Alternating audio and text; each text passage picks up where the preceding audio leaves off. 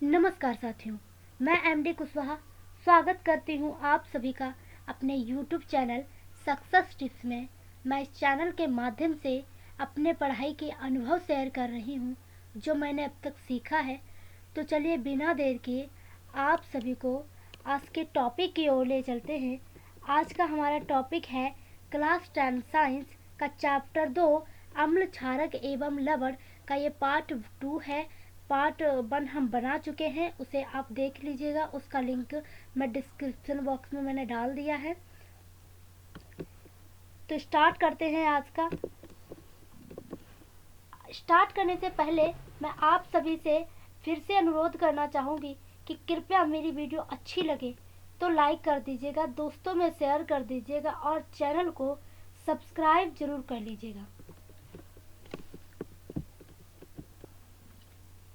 आज हम पढ़ेंगे कि अम्लों और क्षारकों में समानताएं, यानी अम्लों और क्षारकों में क्या समानताएं होती हैं।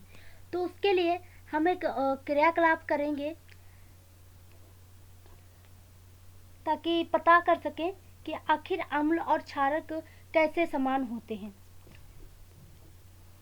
तो यहाँ पर एक क्रियाकलाप दिया है हमारी एनसीईआरटी बुक में, जिसमें कहा गया है कि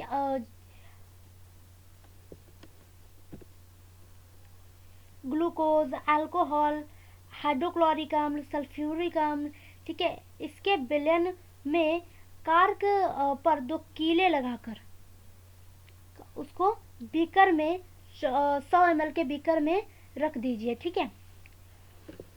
और फिर कीलों को 6 वोल्ट की एक बैटरी के दोनों टर्मिनलों के साथ एक बल्ब और एक स्विच के माध्यम से जोड़ दीजिए। तो यहाँ पर देखिए 6 वोल्ट की बैटरी, ये स्विच, ये बल्ब। अब बीकर में थोड़ा तनु HCl यानी कि हाइड्रोक्लोरिक अम्ल डालना है, ठीक है, और उसके बाद में धारा प्रवाहित करनी है। और इस क्रिया को तनु और सल्फ्यूरिक अम्ल के साथ भी दोहराएं।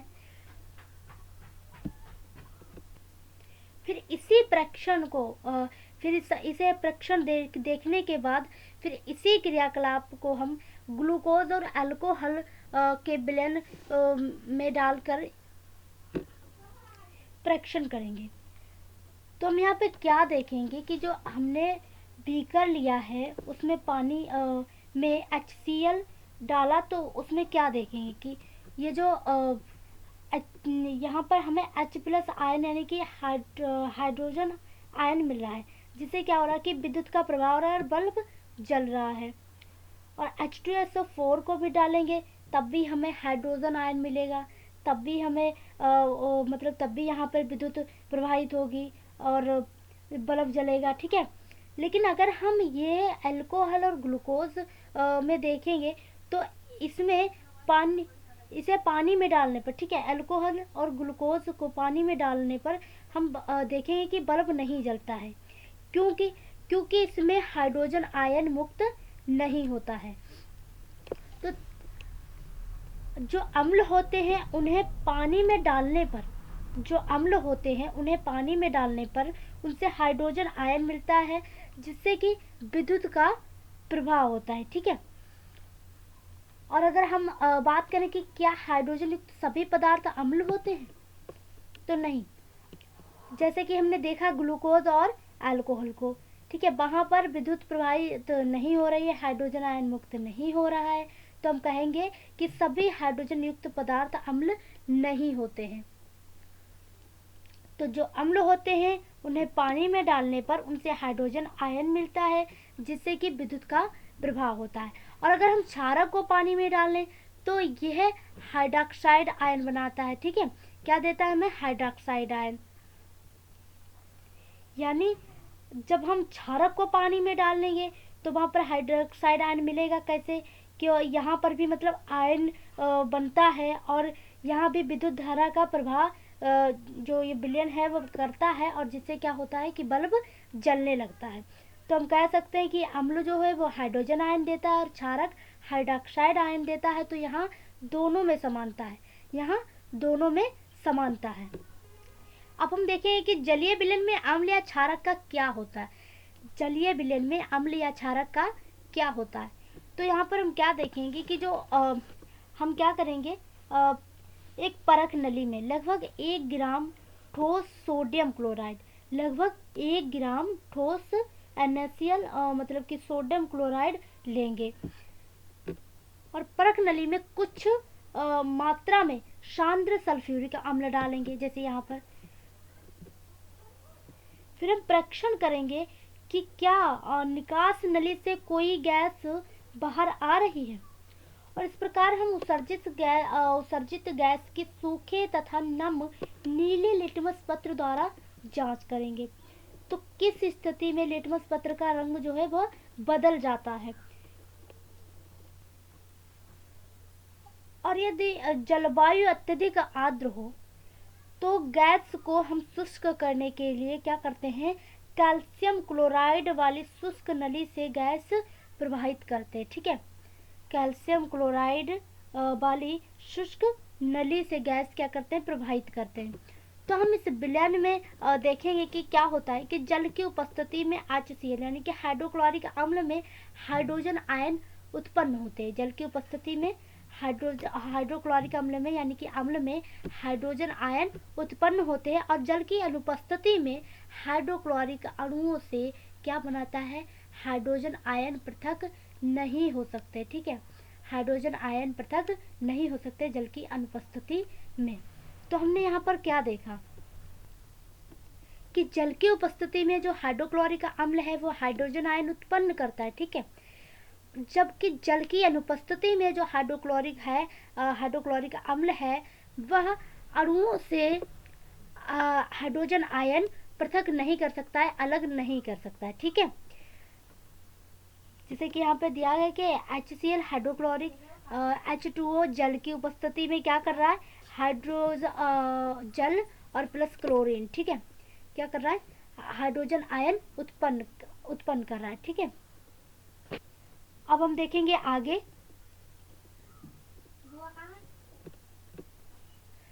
हाइड्रोजन आयन स्वतंत्र रूप में नहीं रह सकते, लेकिन ये जल के अणुओं के साथ मिलकर रह सकते हैं।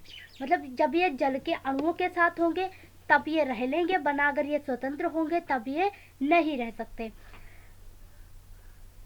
हाइड्रोजन आयन स्वतंत्र रूप में नहीं रह सकते, लेकिन जल के अणुओं के साथ होंगे तब स्वतंत्र रूप में रह सकते हैं। ठीक है, इसलिए हाइड्रोजन आयन को सदैव H+IQ या हाइड्रोनियम आयन H3+ से दर्शाना चाहिए। जैसे कि यहाँ पे है क्या, H+ हाइड्रोजन आयन जल के अणुओं के साथ क्या, H3O। ठीक है, तो अम्ल जल में H3O यानी कि हाइड्रोनियम आयन अथवा H+ यानी कि हाइड्रोजन आयन प्रदान करता है। तो इससे हम यह भी कह सकते हैं कि अम्ल जल से अभिक्रिया करके हाइड्रोनियम आयन का निर्माण करते हैं। किसका निर्माण करते हैं, हाइड्रोनियम आयन का निर्माण करते हैं। ठीक है, अब हम देखेंगे कि किसी क्षारक को जल में घोलने पर क्या होता है। किसी क्षारक को जल में घोलने पर क्या होता है, तो हम पहले भी देख चुके हैं कि क्षारक जल के साथ अभिक्रिया करके, जल से अभिक्रिया करके हाइड्रोक्साइड आयन उत्पन्न करते हैं। जल में घुलनशील क्षारक को क्या कहते हैं, क्षार कहते हैं। जल में घुलनशील क्षारक को क्षार कहते हैं। अब क्षार किसे कहते हैं, अगर आ जाए तो जल में घुलनशील क्षारक को क्षार कहते हैं। ठीक है, और जो ये क्षार होते हैं इन्हें छूने पर ये साबुन की तरह लगते हैं। ठीक है, और स्वाद में कड़वे होते हैं, और इनकी जो प्रकृति है वह संचारक होती है। जल में अम्ल या क्षारक के घुलने की प्रक्रिया अत्यंत ऊष्माक्षेपी होती है। ऊष्माक्षेपी मतलब बहुत ज्यादा ऊष्मा निकलती है। जल में सांद्र नाइट्रिक अम्ल या सल्फ्यूरिक अम्ल को मिलाते समय अत्यंत सावधानी रखनी चाहिए। अम्ल को सदैव धीरे धीरे तथा जल को लगातार हिलाते हुए जल में मिलाना चाहिए। जब हम सांद्र मतलब कि उसमें क्या होता है, उसमें जल नहीं मिला हुआ होता है, जो अम्ल होता है सांद्र, उसमें जल नहीं मिला हुआ होता है तो उसे हम सांद्र अम्ल कहते हैं। तो जब हम सांद्र अम्ल को जल में मिलाएंगे ऐसे ही तो ब्लास्ट भी हो सकता है, क्योंकि वो बहुत ज़्यादा ऊष्माक्षेपीय अभिक्रिया होती है। इसलिए हम क्या करेंगे, हम उसे बहुत आसानी, बहुत सावधानी से उसे मिलाएंगे। अम्ल को धीरे धीरे जल में डालते हुए और जल को हिलाते हुए उसमें मिलाएंगे। जल में अब पढ़ते हैं तनुकरण। जल में अम्ल या क्षारक मिलाने पर, जल में अम्ल या क्षारक मिलाने पर आयन की सांद्रता हाइड्रोनियम आयन और हाइड्रोक्साइड आयन में प्रति इकाई आयतन में कमी हो जाती है। जल में अम्ल या क्षारक मिलाने पर आयन की सांद्रता हाइड्रोनियम आयन प्रति या बटे हाइड्रोक्साइड आयन में प्रति इकाई आयतन में कमी हो जाती है। तो इस प्रक्रिया को हम क्या कहते हैं, तनुकरण कहते हैं। एवं अम्ल या क्षारक क्या हो जाते हैं, तनुकृत हो जाते हैं। ठीक है, तनुकृत होते हैं। अब हम पढ़ेंगे अम्ल एवं क्षारक के विलयन कितने प्रबल होते हैं, मतलब कौन सा अम्ल प्रबल है या दुर्बल है। यह ज्ञात करने के लिए हम क्या करते हैं, सार्वत्रिक सूचक का। अब ये सार्वत्रिक सूचक क्या होता है, तो सार्वत्रिक सूचक क्या होता है, सार्वत्रिक सूचक जो होता है वह अनेक सूचकों का मिश्रण होता है। किसी विलयन में हाइड्रोजन आयन की विभिन्न सांद्रता को, किसी विलयन में हाइड्रोजन आयन की विभिन्न सांद्रता को विभिन्न रंगों में प्रदर्शित करता है। जो सार्वत्रिक सूचक होता है वह जो विलयन होता है उसमें जो हाइड्रोजन आयन की जो सांद्रता होती है उसको अलग अलग रंगों में क्या करता है, प्रदर्शित करता है। ठीक है, तो उसे हम कहते हैं सार्वत्रिक सूचक। और सार्वत्रिक सूचक का उपयोग हम क्यों करते हैं, हम ये जानने के लिए करते हैं कि कोई अम्ल कितना प्रबल है या कितना दुर्बल है। उसके बाद आता है हमारा पीएच स्केल, या कह सकते हैं पीएच पैमाना। तो जो पीएच स्केल होता है, किसी विलयन में उपस्थित हाइड्रोजन आयन की सांद्रता, किसकी सांद्रता, हाइड्रोजन आयन की सांद्रता ज्ञात करने के लिए एक स्केल विकसित किया गया। क्या विकसित किया गया, एक स्केल, और जिसे हम क्या कहते हैं, पीएच स्केल कहते हैं। पी क्या है, पी सूचक है पुषांश, किसका, पुषांश, जो एक क्या है, जर्मन शब्द है जिसका अर्थ होता है शक्ति। क्या होता है, शक्ति, यानी कि पी जो है वो पुषांश है जो कि एक जर्मन शब्द है जिसका अर्थ है शक्ति। इसमें 0 से 14 तक, कितने, 0 से 14 तक पीएच को ज्ञात कर सकते हैं। ठीक है, देखिए जो 0 होता है वहां पर ज्यादा अम्लीयता होती है, यहाँ पर हम अम्लीयता से बढ़ते हैं कम अम्लीयता की ओर, जो कि धीरे धीरे क्या होता चला जाता है, क्षारक बनते चले जाते हैं। ठीक है, तो इधर 0 पर क्या होती है, अधिक अम्लीयता होती है और इधर अधिक क्षारीयता होती है। तो हाइड्रोनियम आयन की सांद्रता जितनी अधिक होगी उसका पीएच जो है वो उतना ही कम होगा। जितनी भी हाइड्रोजन आयन की सांद्रता अधिक होगी उतना ही पीएच उसका कम होगा। तो किसी भी विलयन में पीएच का मान क्या होता है, जैसे किसी भी उदासीन विलयन, उदासीन देखिए 7 जो है वह उदासीन है, 7 क्या है, उदासीन है। तो किसी भी विलयन में विलयन के पीएच का मान क्या होता है, 7 होता है। और अगर 7 से कम है तो वह अम्लीय विलयन होगा, और अगर 7 से ज़्यादा है मतलब कि 14 तक बढ़ता है तो वह जो है वो हाइड्रोक्साइड आयन की सांद्रता में वृद्धि को दर्शाता है। तो यहाँ पर हम क्या कह सकते हैं कि मतलब क्षार की शक्ति बढ़ रही है, हाइड्रोक्साइड आयन की सांद्रता में वृद्धि यानी कि क्षार की शक्ति बढ़ रही है। तो सामान्यतः जो है पीएच जो है वो सार्वत्रिक सूचक जो है, पीएच सार्वत्रिक सूचक अंतर्भारित पेपर द्वारा क्या किया जा सकता है, किसके द्वारा, अंतर्भारित पेपर द्वारा, किसके द्वारा, अंतर्भारित पेपर द्वारा। अगर आ जाए कि जल का पीएच कितना होता है, तो जल जो है वो उदासीन होता है इसलिए उसका पीएच जो है वह 7 होता है। ठीक है, अगर हम बात करें हमारे शरीर की तो हमारा शरीर जो है वह 7 से 7.8 पीएच परास के बीच क्या करता है, कार्य करता है। और जो जीवित प्राणी केवल संकीर्ण पीएच परास में ही जीवित रह सकते हैं। और वर्षा के जल की बात करें तो उसका पीएच मान 5.6 से कम अगर हो जाए तो वह अम्लीय वर्षा कहलाती। क्या कहलाती है? अम्लीय वर्षा। 5.6 से कम हो जाए, अगर 5.6 से ऊपर रहे तब ठीक है, ठीक है। और अम्लीय वर्षा का जो जल है वह जब नदी में प्रवाहित होता है तो नदी के जल के पीएच का मान क्या हो जाता है, कम हो जाता है। क्या हो जाता है? कम हो जाता है। और ऐसी नदी में जलीय जीवधारियों की जो उत्तरजीविता है वह कठिन हो जाती है। और अगर हम बात करें हमारे मुंह की कि हमारे मुंह में कितना पीएच का मान होता है, तो मुंह के पीएच का मान जो है वो 5.5 से अगर कम हो जाए तो दांत क्या होते हैं, क्षयित होने लगते हैं। क्या होने लगते हैं? क्षयित होने लगते हैं।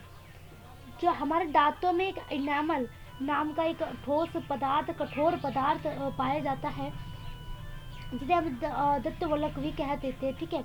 दत्तवलक कैल्शियम हाइड्रोक्सी एपेटाइट,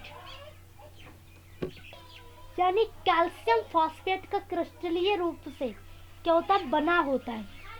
और यह हमारे शरीर का सबसे कठोर पदार्थ होता है। क्या? इनामल। क्या? इनामल। और अगर इसका पीएच मान 5.5 से कम हो जाए तो दांत हमारे क्षयित तो होने लगते हैं, दांतों का क्षय प्रारंभ हो जाता है। यहाँ पर अब हम एक और चीज देखेंगे। अब हमने क्या देखा कि प्रबल और दुर्बल अम्ल क्या होते हैं। अब हम देखेंगे कि प्रबल अम्ल क्या होते हैं और दुर्बल अम्ल क्या होते हैं। इसे हम कैसे डिफाइन कर सकते हैं। तो जो प्रबल अम्ल होते हैं वह अधिक संख्या में हाइड्रोजन आयन उत्पन्न करने वाले अम्ल होते हैं। अधिक संख्या में हाइड्रोजन आयन उत्पन्न करने वाले अम्ल। और जो दुर्बल अम्ल होते हैं वह कम जनसंख्या में हाइड्रोजन आयन उत्पन्न करने वाले अम्ल होते हैं, ठीक है। तो जो अधिक संख्या में हाइड्रोजन आयन उत्पन्न करते हैं वह अम्ल प्रबल अम्ल कहलाते हैं, और जो कम हाइड्रोजन आयन उत्पन्न करने वाले अम्ल होते हैं वह दुर्बल अम्ल कहलाते हैं, ठीक है। आज के लिए बस इतना ही। तो साथियों, अब हम मिलेंगे अगली वीडियो में। आप सभी से मेरा छोटा सा अनुरोध है कि अगर वीडियो अच्छी लगे तो लाइक कर दीजिएगा, शेयर कर दीजिएगा और चैनल को सब्सक्राइब जरूर कर लीजिएगा। मिलते हैं अगली वीडियो में। धन्यवाद।